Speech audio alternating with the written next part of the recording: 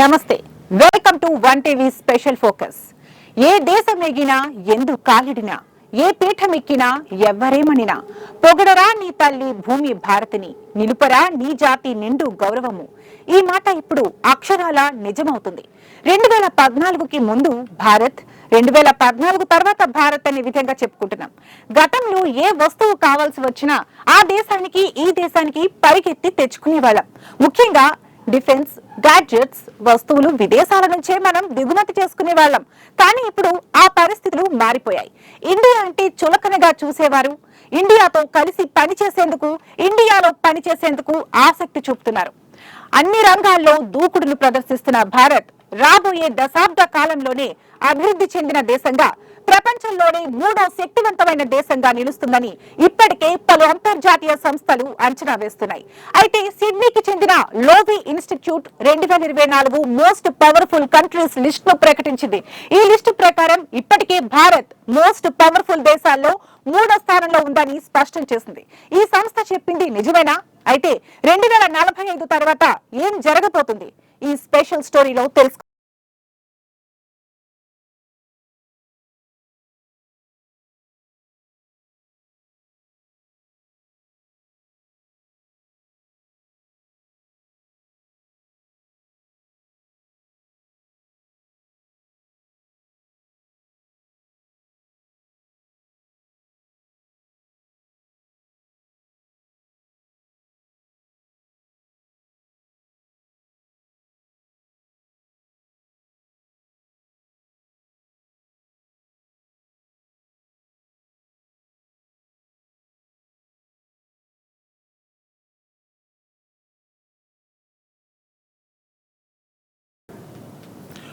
భారత్ను అభివృద్ధి చెందిన దేశంగా చూడాలన్నది ప్రతి భారతీయుడి కల. ఆ కల ఎప్పుడు నెరవేరుతుందా అని అందరూ ఎదురు చూస్తున్నారు. ఇప్పుడు ఆ అవకాశం వచ్చింది. ఎప్పటికీ మనం ప్రపంచంలోనే అగ్రదేశాలుగా చెప్పుకుంటున్న ఎన్నింటినో వెనక్కి నెట్టేశాం. సూపర్ పవర్ దేశాల్లో 5వ స్థానానికి చేరుకున్నాం. మనకంటే ముందు అమెరికా, చైనా, జపాన్, జర్మనీ దేశాలు ఉన్నాయి. భారత్ ఆర్థికంగా శక్తివంతమైన దేశాల జాబితాలో 5వ స్థానంలో ఉంది. మరో దశాబ్ద కాలం నాటికి 4వ స్థానంలోకి చేరుకుంటామని, ఆ తర్వాత జపాన్ ని కూడా వెనక్కి నెట్టి 3వ స్థానంలో నిలుస్తామని నిపుణులు ఇప్పటికే స్పష్టం చేశారు. ఇక భారత్ 2047 లక్ష్యంగా ప్రస్తుతం పనిచేస్తోంది. 2047 నాటికి సంపూర్ణంగా అభివృద్ధి చెందిన దేశంగా, ప్రపంచంలోనే శక్తివంతమైన దేశాల జాబితాలో 3వ స్థానంలో నిలవాలనే లక్ష్యంతో ప్రస్తుతం ప్రణాళికలు సిద్ధం చేస్తున్నారు.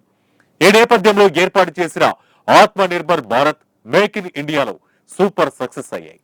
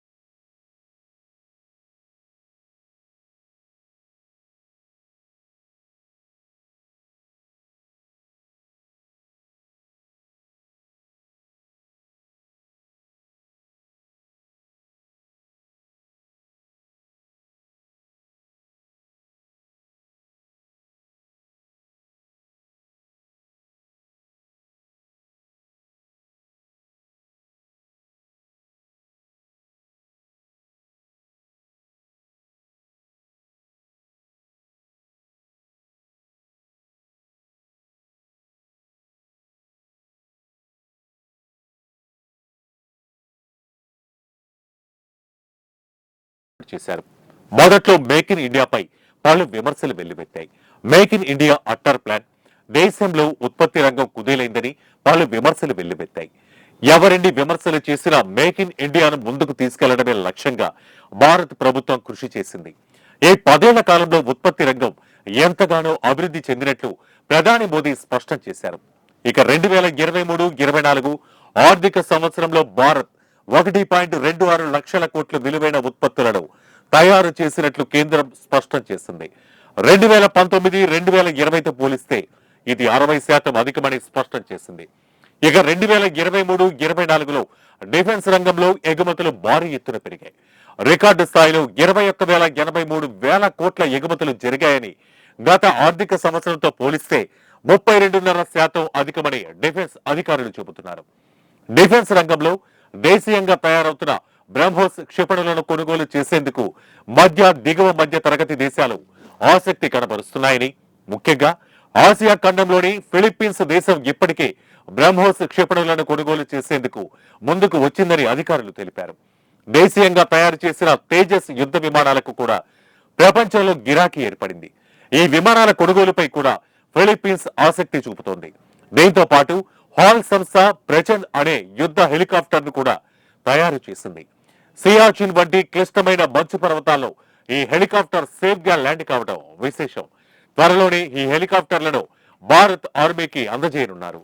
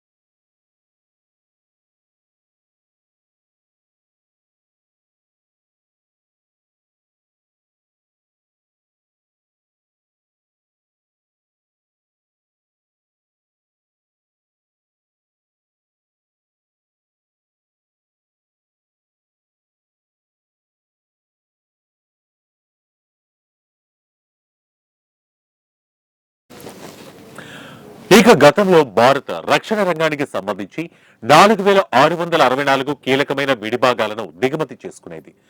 5 విడతల్లో 3,318 విడిభాగాల దిగుమతికి స్వస్తి పలికింది భారత్. వీటిని సొంతంగానే ఇండియాలో తయారు చేసుకుంటున్నారు. మిగిలిన విడిభాగాల తయారీపై కూడా భారత్ దృష్టి సారించింది. ఇప్పటికే భారత నౌకాదళానికి అవసరమైన నౌకలు, జలాంతర్గాములు, విమానాలు, ఆయుధ వ్యవస్థలను సొంతంగా తయారు చేసుకుంటోంది. యుద్ధ విమానాలతో పాటు ప్యాసింజర్, కార్గో విమానాల అభివృద్ధిపై కూడా భారత్ దృష్టి సారించింది.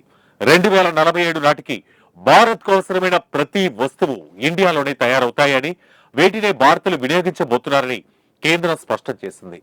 ఇక గ్యాడ్జెట్స్ విషయంలోనూ ఇదే పందా నడుస్తోంది. సెల్ ఫోన్ వినియోగంలో భారత్ టాప్ 5 దేశాల్లో ఒకటిగా ఉంది. చైనా, జపాన్ వంటి దేశాల నుంచి గతంలో మొబైల్ ఫోన్లు దిగుమతి చేసుకునేవారు. ఏడాదికి సుమారు 40,000 కోట్ల రూపాయల గాడ్జెట్స్ ను భారత్ దిగుమతి చేసుకునేది. కానీ మేక్ ఇన్ ఇండియాలో భాగంగా దిగుమతి చాలా వరకు తగ్గిపోయింది. ఇప్పుడు కేవలం 6,000 కోట్ల రూపాయల విలువైన మొబైల్ ఫోన్లు మాత్రమే దిగుమతి అవుతున్నాయి. త్వరలోనే వీటికి కూడా చెక్ పెట్టేందుకు భారత్ సిద్ధమవుతోంది.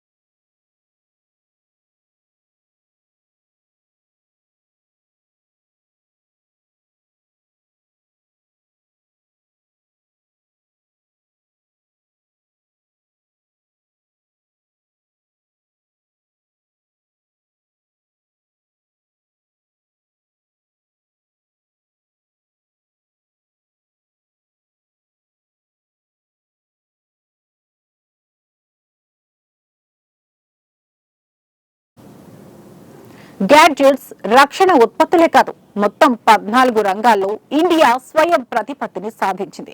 ఫార్మా రంగంలోనూ అగ్రగామిగా దేశం దూసుకుపోతుంది. మౌలిక సదుపాయాలపై దృష్టి సారించిన భారత్ పై సిడ్నీకి చెందిన లోవి ఇన్స్టిట్యూట్ కీలక అధ్యయనం చేసి పలు అంశాలతో కూడిన నివేదికను విడుదల చేసింది. పసిఫిక్ ఆసియా ఖండంలో భారత్ 3వ పవర్ఫుల్ దేశంగా ఎదిగినట్లు పేర్కొంది. ఇదే ఇప్పుడు ప్రపంచంలో హాట్ టాపిక్ గా మారిన అంశం.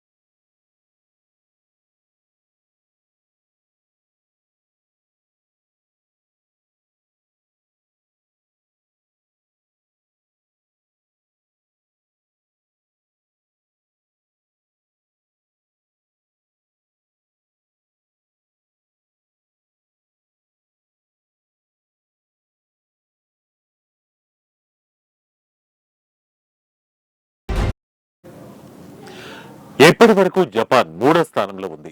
కానీ ఆ దేశాన్ని కూడా ఇండియా వెనక్కి నెట్టేసిందని, 3వ శక్తివంతమైన దేశంగా ఆవిర్భవించిందని చెబుతున్నారు. ప్రధానిగా మోదీ బాధ్యతలు చేపట్టిన తర్వాత ఆయన విజన్, ప్రపంచ వ్యూహాల కారణంగానే పవర్ ఇండెక్స్ లో భారత్ ఈ స్థానాన్ని దక్కించుకుందని కేంద్ర మంత్రి హర్దీప్ సింగ్ పూరి పేర్కొన్నారు. అంతర్జాతీయ వేదికలపై దూకుడును ప్రదర్శించడం, ప్రపంచంలోని అత్యధిక యువ జనాభా కలిగి ఉండటం, వేగవంతమైన ఆర్థిక వ్యవస్థను సొంతం చేసుకోవడంతో భారత్ 3వ స్థానానికి చేరుకుందని సిడ్నీ రిపోర్ట్ తెలియజేసింది. భారత్ ఈ స్థానానికి ఎదగడానికి అంతర్జాతీయ కారణాలు కూడా ఉన్నట్టుగా సిడ్నీ రిపోర్ట్ స్పష్టం చేసింది. ఈ రిపోర్టు ప్రకారం గత ఏడాది America, China, Russia, Japan, Germany వంటి దేశాలు శక్తివంతమైన దేశాల జాబితాలో ఉన్నాయి. జర్మనీ తర్వాత భారత్ ఉండేది. అయితే రష్యా యుద్ధాలతో తీవ్రంగా నష్టపోయింది. ఆర్థికంగా ఇబ్బందులు ఎదుర్కొంటోంది. ప్రపంచ దేశాలతో సఖ్యత దెబ్బతింది. జపాన్ మానవ వనరుల కొరతతో ఇబ్బందులు పడుతోంది. యూరప్ దేశాల సంక్షోభం కారణంగా జర్మనీ కూడా తీవ్రమైన ఇబ్బందులు పడుతోంది. దేశంలోని ప్రఖ్యాత ఆటోమొబైల్ కంపెనీలు మూతపడ్డాయి. ఆర్థికంగా తీవ్రమైన సమస్యలతో సతమతమవుతోంది. ఇవన్నీ భారత్ కు కలిసి వచ్చాయి. భారత్ ను శక్తివంతమైన దేశంగా మారేందుకు అంతర్జాతీయ పరిణామాలు కూడా దోహదపడ్డాయి.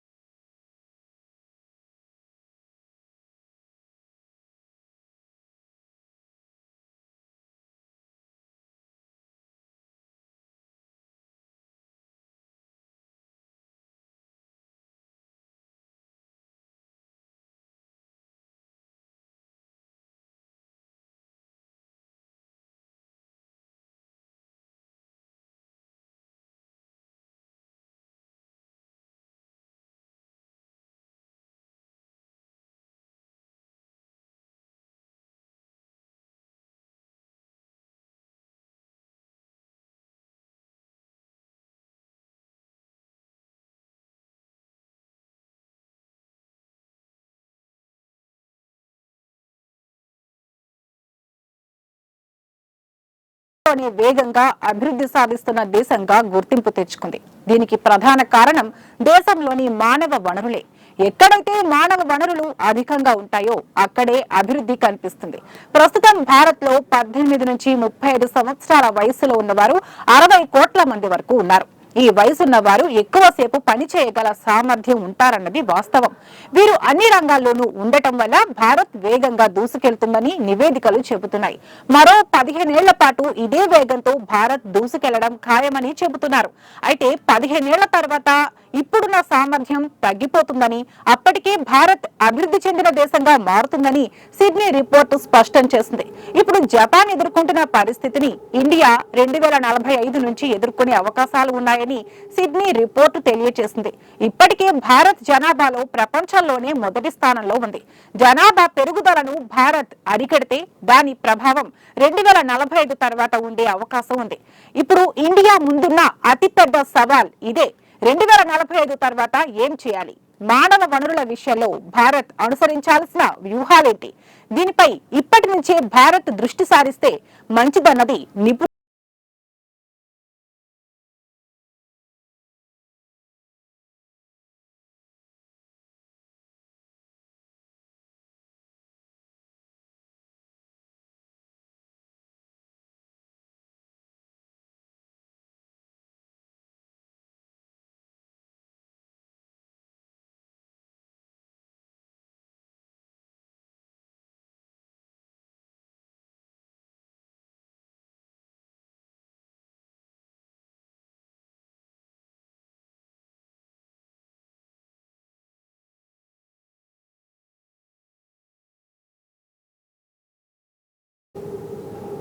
ఇది ఇవాల్టి స్పెషల్ ఫోకస్. మరో ఇంట్రెస్టింగ్ టాపిక్ తో మళ్ళీ కలుద్దాం. చూస్తూనే ఉండండి 1 టీవీ న్యూస్. ప్రతిక్షణం ప్రజల పక్షం.